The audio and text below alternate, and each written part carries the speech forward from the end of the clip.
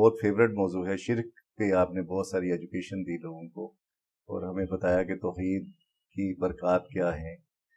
تو سر پاکستان کا جو نظام ہے اس میں ہر محکمے کے اندر شخصیت پرستی کا راج ہے. یہ شرک کی کون سی قسم ہے؟ کیا یہ ہمارا پورا سسٹم مشرک سسٹم نہیں ہے کہ ہم لوگ تو صاحب کے موڈ کے اوپر اپنی ساری زندگی گزار رہے ہوتے ہیں؟ آپ بھی گورنمنٹ میں رہے ہیں, میں بھی تھوڑا سا گورنمنٹ میں سرو کیا میں نے بھی بیت المال میں. تو جب تک باس کا موڈ اچھا ہے تب تک سب کچھ صحیح ہے. اچھا آئی جی آ گیا, پولیس کا محکمہ صحیح ہو گیا. اچھا جج آ گیا, جسٹس کا. میں پرسنالٹی اورینٹیڈ سوسائٹی ہے نا ہماری. تو یہ شرک نہیں ہے کہ آپ اللہ کی صفات میں انسان کو داخل کر کے اسی کو فالو کر. پریکٹیکلی تو ہم انسانوں کو باس کو فالو کر رہے ہیں نا.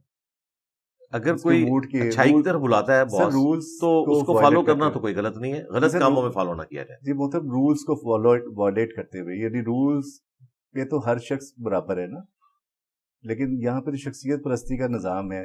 تو یہ مشرک سوسائٹی نہیں ہے ہماری. جو نیگیٹو چیزیں ہیں ان میں کسی شخصیت کو فالو کرنا جی سر وہ تو ظاہر غلط ہے. اگر پازیٹیو چیز ہے وہ تو قرآن میں ہے کہ پازیٹیو چیز کو آپ نے فالو کرنا ہے. وَتَعَاوَنُوا عَلَى الْبِرِّ وَالتَّقْوَى وَلَا تَعَاوَنُوا عَلَى الْإِثْمِ وَالْعُدْوَانِ. نیکی اور پرہیزگاری کے کاموں میں ایک دوسرے کی مدد کرو اور برائی میں نہ کرو. حتیٰ کہ صحیح مسلم میں ہے کہ کسی نے اگر کوئی اسلام میں اچھا طریقہ جاری کیا, جتنے لوگ اس پہ عمل کریں گے ان تمام کا ثواب بھی اس ایک بندے کو ملے گا جس نے بارش کا پہلا قطرہ بنا ہے. اور جو عمل کرنے والے ہیں ان کو الگ سے ثواب ملے گا لیکن ان کا کمبائنڈ بھی اس کو ملے گا. اور جس نے اسلام میں برا طریقہ جاری کیا سب کا وبال اس بڑے پر ہوگا, لیکن جو خود وہ برائی پہ چل رہے ہیں ان کے وبال میں بھی کمی نہیں ہوگی. یہ نہیں ہے وہ کہیں کہ ہمارے گناہوں کا بوجھ اس نے اٹھا لینا, نہیں, وہ اپنی جگہ پہ. باقی یہ جو آپ نے اپنے معاشرے کی کمزوری بتائی, تو یہ معاشرہ یورپ کا معاشرہ اس سے بھی زیادہ برا تھا, لیکن آج وہاں پہ عدل و انصاف ہے. انہوں نے جنگوں کے بعد سیکھا. میں دیکھتا ہوں کہ دنیا میں 20ویں صدی میں اگر کسی نے کوئی معجزہ دیکھنا ہے تو ورلڈ وار 2 کے بعد یورپ کیا سے کیا ہو گیا. وہ لوگ جو کروڑوں لوگوں کے قاتل تھے, ڈریکولا تھے, آج وہ ایک بلی کو بھی مرتے ہوئے دیکھتے ہیں ان کے آنسو نہیں رکتے.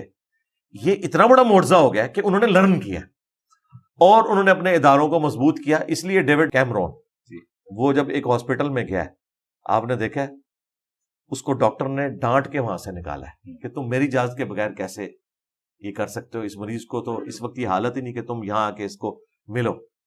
یہاں پہ اگر کسی پرائم منسٹر نے, پریزیڈنٹ نے, آرمی چیف نے کسی ہاسپٹل کا وزٹ کرنا ہوتا ہے تو بعض اوقات فالتو مریضوں کو اٹھا کے وہاں سے لے جاتے ہیں جی, جگہ کھلی کرنے کی, اور بھرتی بھی کر دیتی ہیں دکھانے, اور وہ بھی جعلی کام بھی ہوتا ہے.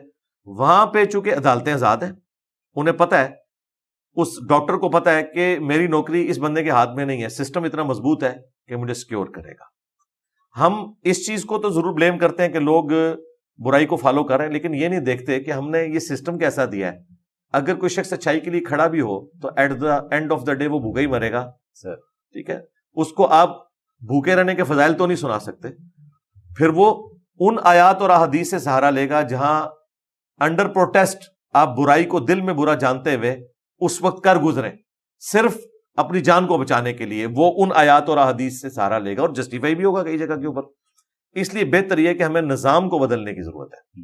نظام کے اندر جو یہ کمزوریاں ہیں اس کو دور کیا جائے. اب اس کو کیسے دور کیا جائے وہ ہم نے کئی ایک ویڈیوز میں بتایا کہ جب تک پیور ڈیموکریٹک ویلیوز یہاں نہیں آتی, ہمارے سیاستدان لرن نہیں کرتے, ہماری جوڈیشری, ہماری فوج لرن نہیں کرتی کہ کوئی کسی دوسرے کے کام میں لچ فرائی نہیں کرے گا, اپنے کام کو ایمانداری سے کریں گے, اور کوئی صحیح کام کر رہا ہے اس کی ٹانگیں نہیں کھینچیں گے, اور 5 دفعہ اسمبلیاں اپنا وقت پورا کریں, اور جو مجرم ہے اسے سزا دی جائے. یہ نہیں کہ سارے چوروں کو اکٹھا کر کے ایک نئی جماعت بنا لی جائے اور پھر یہ اناؤنسمنٹ کر دی جائے کہ اب جو اس جماعت میں آ گیا تو وہ پاک و صاف ہو گیا, ٹھیک ہے.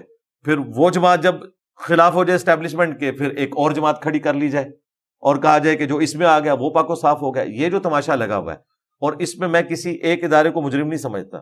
سب سے بڑا اس میں جو آپ 50% جرم کسی ایک ادارے پہ ڈال سکتے ہیں وہ اسٹیبلشمنٹ ہے, لیکن باقی لوگ بھی کم نہیں, خواہ پولیٹیشینز ہوں, جوڈیشری ہوں, ہماری بیوروکریسی ہو, ان سب لوگوں نے اپنا اپنا حصہ اس میں ڈالا ہے. سب کے سب مجرم ہے اور عوام بھی مجرم ہے.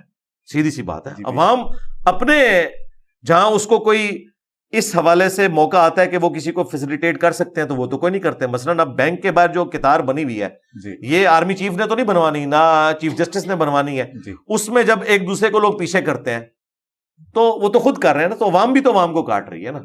تو ہر کوئی دوسرے کا ساتھ زیادتی کر رہا ہے. اللہ کرے کوئی بہتری والا معاملہ ہو جائے. اور فرقوں کی دکانیں جب بند ہو جائیں گی جی جی, تو جو نیا نظام ہوگا بغیر فرقوں والا وہ کس طرح کی دنیا ہوگی؟ جس طرح یورپ اور امریکہ میں کوئی اچھا. فرقہ نہیں, دیکھ لیں سکون سے زندگی گزار رہے ہیں. اچھا. وہاں کبھی کوئی ممتاز قادری پیدا نہیں ہوا. اچھا. ہاں, وہاں کوئی غازی علم الدین پیدا نہیں ہوتا. کیوں؟ پھر- وہاں پہ مسلمان نہیں رہ رہے, اس لیے کہ انہیں پتا ہے کہ ہمارے مزار نہیں بنیں گے, ہم جیلوں میں جائیں گے. یہ جتنی بدماشیاں ہو رہی ہیں, خواہ کوئی پیر خانہ کر رہا ہے, کوئی مولوی کر رہا ہے, ہمارے ملک میں کر رہا ہے. وہاں تو ان سارے پیروں کے ڈنگ نکلے ہوئے ہیں. وہاں کو یہ قانون توڑ کے بتائے نا, وہاں کسی مرید کو یہ زندہ جلا کے بتائے نا, کسی مرید کے بچے ذبح کر کے بتائیں قانون کی حکمرانی ہے, تو وہ معاشرہ ہوگا. یورپ اور امریکہ میں چند ایک جو فحاشی والا ایلیمنٹ, ایک دو چیزیں اور نکال دیں تو اس پلانٹ ارتھ پہ ایک آئیڈیل معاشرہ ہے.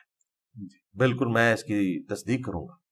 علی بھائی آپ کا بہت مشکور ہوں, آپ نے وقت عنایت فرمایا.